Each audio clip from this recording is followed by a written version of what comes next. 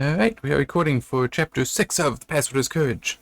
This one's gonna be a little weird because in the middle of reading and making notes yesterday, I had a power outage, so I had to continue. But fortunately, the first portion I remember well because it's dealing with the ending of chapter 5, which is after the Dieppe raid that failed, the Germans are responding by deciding to bind up all of the British prisoners.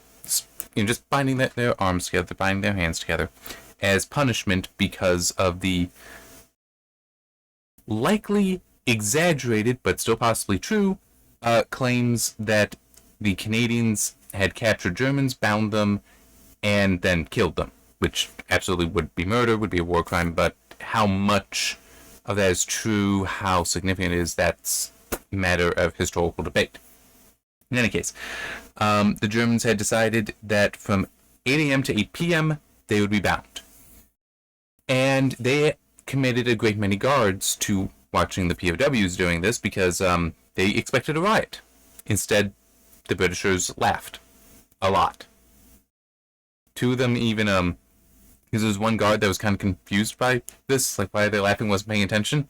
And apparently, had to have been holding his gun like that, so the tip is up there along with the bayonet. They tied a Union Jack to it. He had no idea. And eventually the adjutant saw that and started yelling at the guard. And he's like, what? Not seeing and finally realizing it and got taken off. But yeah.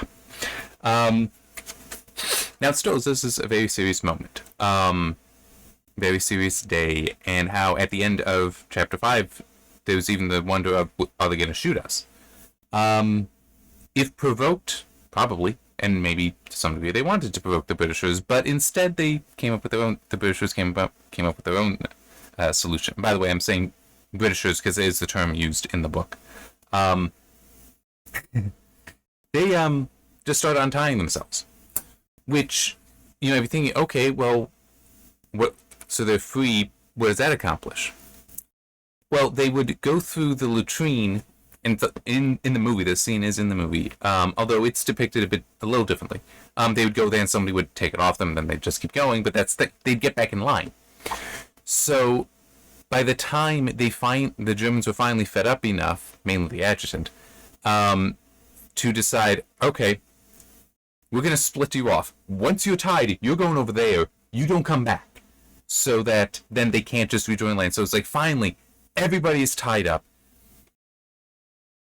It's 8 p.m. They need to be untied now because those are the rules. So they have to untie them. And by the way, there's more here, but I do also just want to point out, binding their hands from 8 a.m. to 8 p.m., that limits their ability to eat, to get water, to use the restroom, use the latrine, all that. So that is very much a serious punishment. Anyway, so now it's like, okay, they have to be untied. So what did the Britishers do? Right, they get in line, they get untied. But they kept the string.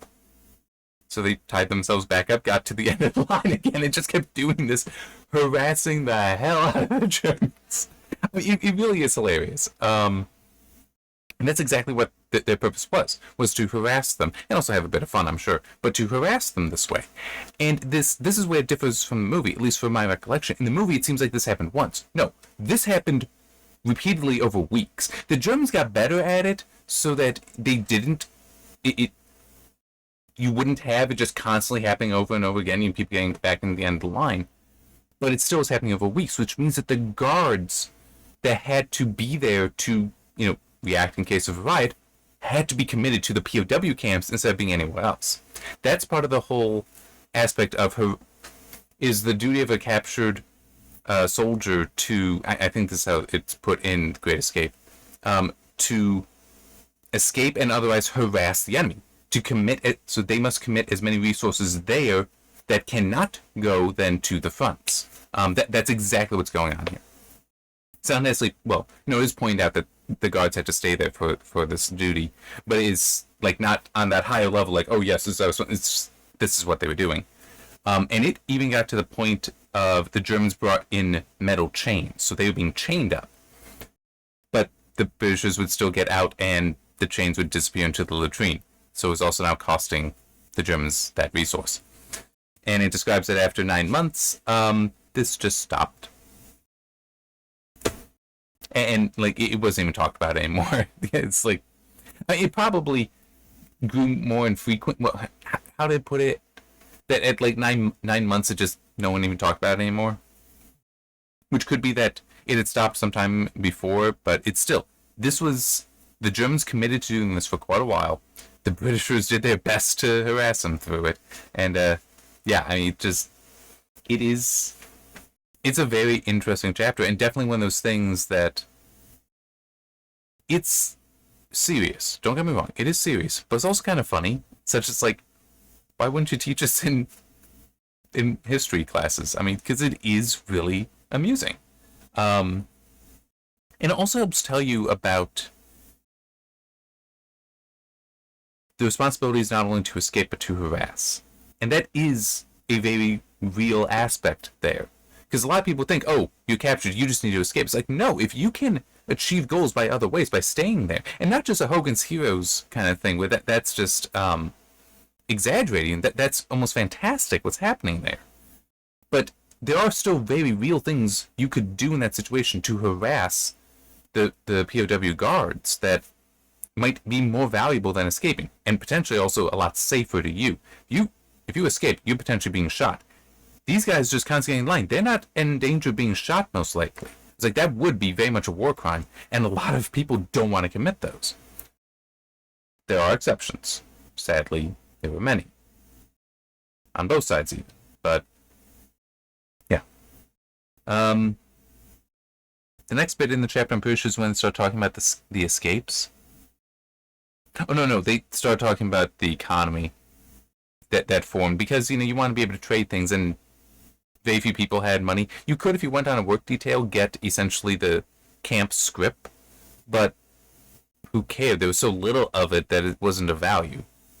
Which is kind of a funny thing, that technically with money, if there is too little of something, then why would you use it? I mean, it's like, well, yeah, you have that, but why should I cease bartering how I have been to use that when the chances are I can never get that anyway? So, and that various people did that, like their parents ran a market, so they start up markets of their own.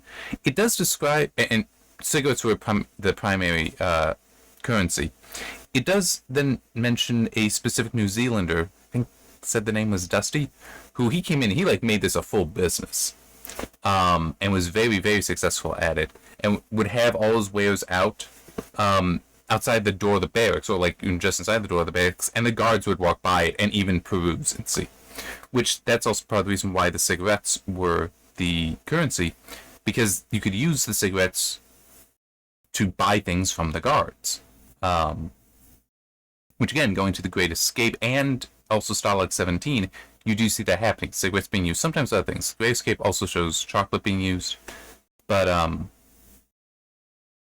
yeah, in Stalag 17, I want to say it was mainly cigarettes that were used. And I'm pretty sure there was a specific reference to using cigarettes, sometimes a large number, that's what you needed, to buy things from the guards. And those would have been coming in via Red Cross packages.